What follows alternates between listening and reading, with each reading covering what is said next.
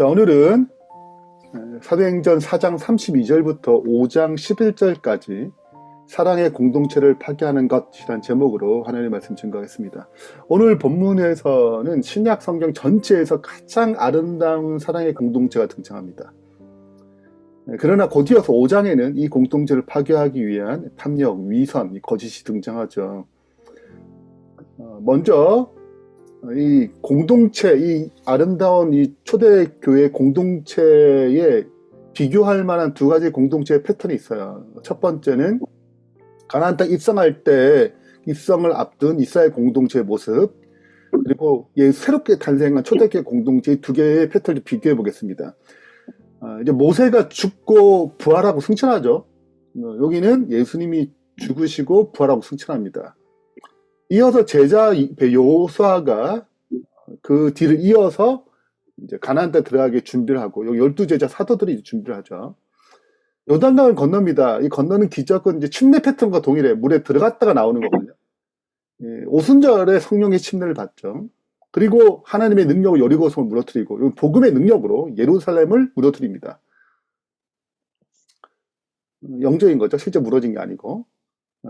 근데 여기에 아간의 탐욕이 들어가서 아이성의 실패의 위기가 가져와요. 여기는 아나리아와 삽비라의 탐욕이 있고 공동체 위기를 가져옵니다. 동일하게 하나님의 심판이 있고 공동체를 정결하고 회복하게 하는 역사가 일어나요. 자, 이런 패턴을 좀 생각하시면서 이게 굉장히 시작하는 지점이 굉장히 중요하구나 좀 생각하시면서 오늘 말씀을 좀 살펴보겠습니다. 제일 먼저 초대교회의 이제 아름다운 사랑의 공동체를 볼 텐데 32절입니다. 민무리가 이 복음을 받아들인 거죠. 한 마음과 한 뜻이 되어서 모든 물건을 서로 통용하고 자기 재물을 조금이라도 자기 것이라고 하는 이가 하나도 없더라. 자, 제일 먼저 한 마음과 한 뜻이 되었어요. 한 마음 한 뜻이 이제 믿음으로 한 마음 한 뜻이 됐는데, 이게 어떻게 나타나냐면 한 마음 한 뜻이 어떻게 나타난가? 그것은 사랑의 나눔, 사랑의 헌신으로 나타나요. 강제적인 공산주의처럼 강제로 나누는 게 아니고 자발적이고 이타적인 나눔이 시작된 거예요. 조금도 자기 것이라고 생각하지 않았습니다. 사랑이 삼켰죠. 그 이기심과 욕심을. 어떻게 이런 일이 가능한가? 그것이 바로 그 다음 절 33절부터 등장해요. 사도들이 큰 권능으로 주 예수의 부활을 증언하니 무리가 큰 은혜를 받아 그 중에 가난한 사람이 없다라고 기록하고 있습니다. 주 예수의 부활을 증언하는 것, 큰 은혜를 받았어요. 가난한 사람이 하나도 없다는 거예요. 사랑의 나눔이 시작된 거죠. 이거 뭐예요?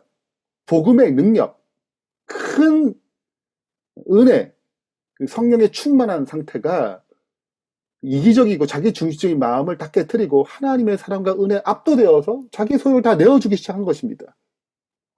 복음이 사람을 변화시켰어요. 복음의 능력이 자아를 파쇄하고 하나님의 충만한 그 은혜로 욕심을 다 내어버리고 그 사랑을 나누는 역사가 일어난 거죠. 여기에 대해서 사도행전을 이렇게 기록하고 있어요. 탐심이 자리 잡을 여지가 없었다. 형제들과 저희가 지지한 사업에 대한 사랑이 그들의 돈과 소유물에 대한 애착보다 훨씬 더 컸다. 그들의 행위로 보아 그들은 사람의 영혼을 세상 재물보다 더욱 가치 있게 여긴다는 것이 분명하였다. 하나님의 성령이 생애에 지배하게 될 때 언제나 그러할 것이다.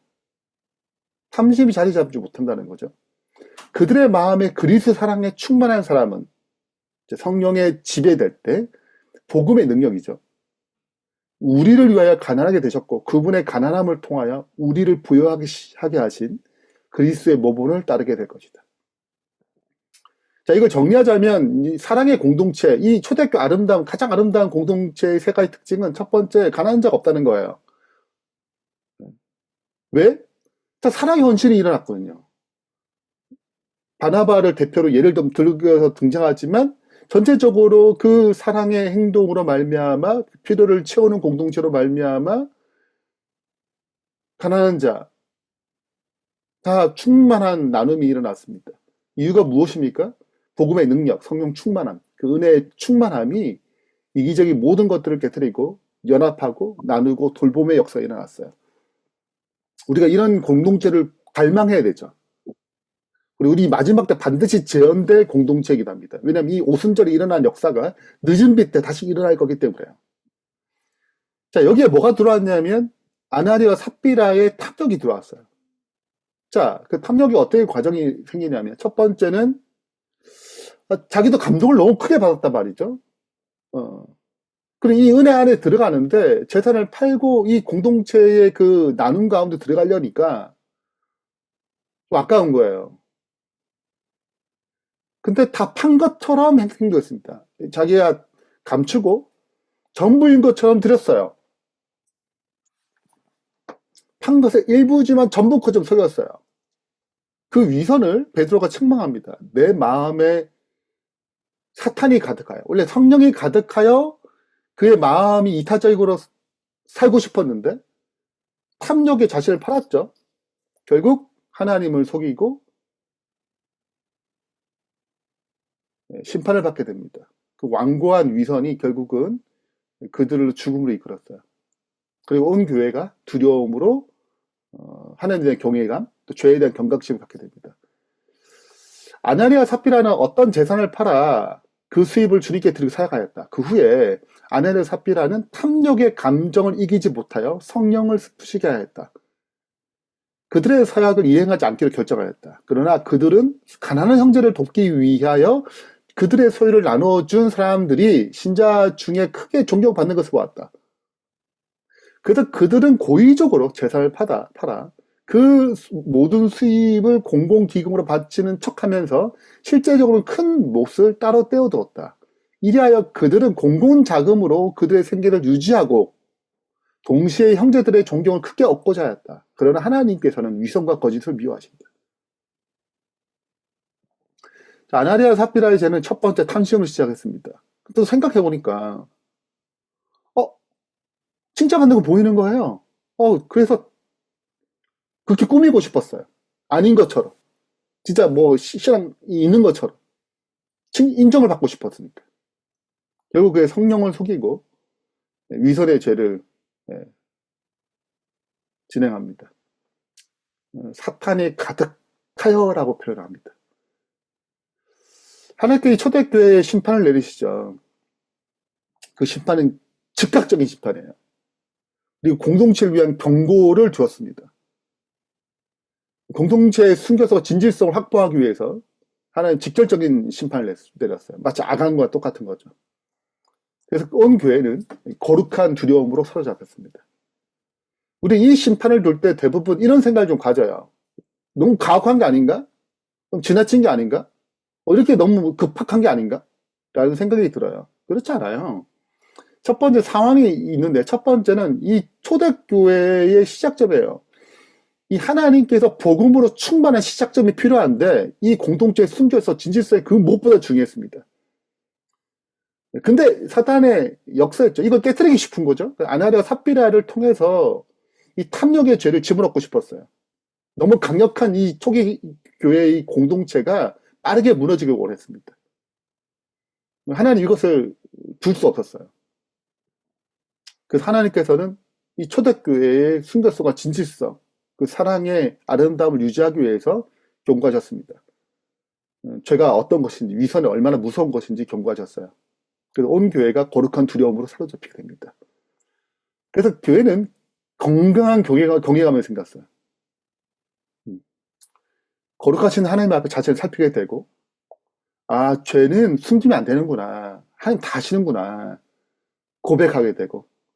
그래서 이 심판이 은혜의 길을 열었어요.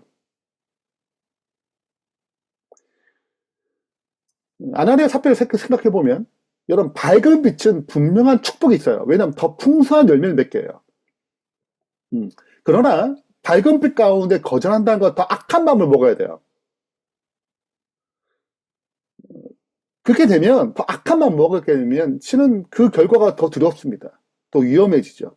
왜냐하면 더 강력한 마음을 품어야 되니까. 그래서 아나니아 삽비에 주어진 이 큰 빛은 그들에게 풍성한 은혜로 이끌었어요. 너무 현명한 하나님의 역사거든요. 그 초대교회 당시가. 하지만 그 충분한 빛 가운데 탐욕을 결정한 거예요. 그 마음이 위선으로 굳어졌습니다. 빛이 강하면 여러분 영양분이 굉장히 풍성해요. 빛도 아주 풍성하고 환경이 너무 좋아. 그럼 거기 심겨진 가시나무는 잘 자랄까요? 덜 자랄까요? 잘 자라요. 강력하게 자라는 거예요. 네. 그래서 이 풍성 은혜의 자리는 하나님의 은혜를 더 선명히 드러나지만 동시에 악도 더 선명히 드러나요. 네, 그래서 그의 굳어진 굳어진 그 위선은 은혜의 시기를 끝내게 했습니다. 만약에 그들이 그렇게 강팍한 마음을 가지고도 더 산다는 것은 뭐만 가중할 뿐이라면 죄악만 가중할 뿐이에요. 그들 절대 유익이 되지 않습니다. 무한히 지혜로우신 분께서 이렇게 주목할 만한 하나님의 진노를 나타낸 것이 어린 교회를 타락하지 않게 보호하는데 필요됨을 아셨다. 이 하나님이 지혜의 방식이었어요. 그 교인의 수는 신속히 증가하고 있었다. 개신자들이 급속히 증가하는데 만약 하나님을 섬기노라고 고백하며 재물을 섬기는 남녀들이 들어오게 된다면 교회는 위험에 처하게 될 것이었다.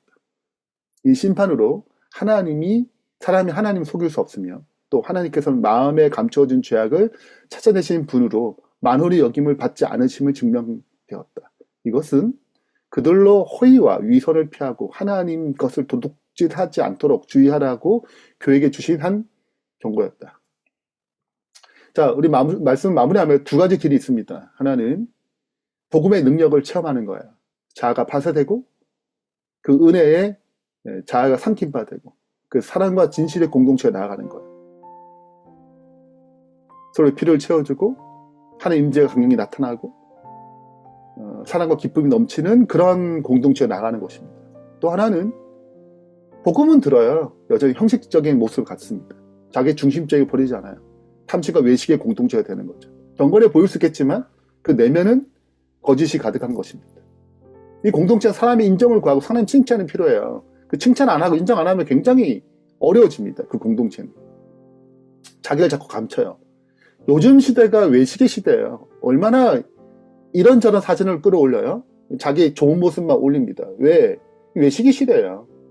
근데 교회도 동일합니다. 우리 두 길 중 선택해야 돼. 어떤 공동체를 세우고 싶은지, 어떤 삶이 되고 싶은지. 복음의 능력으로 그 탐심과 외식이 다 삼켜져서 사랑의 공동체를 만들어 가기를 바라면서 말씀 마치겠습니다.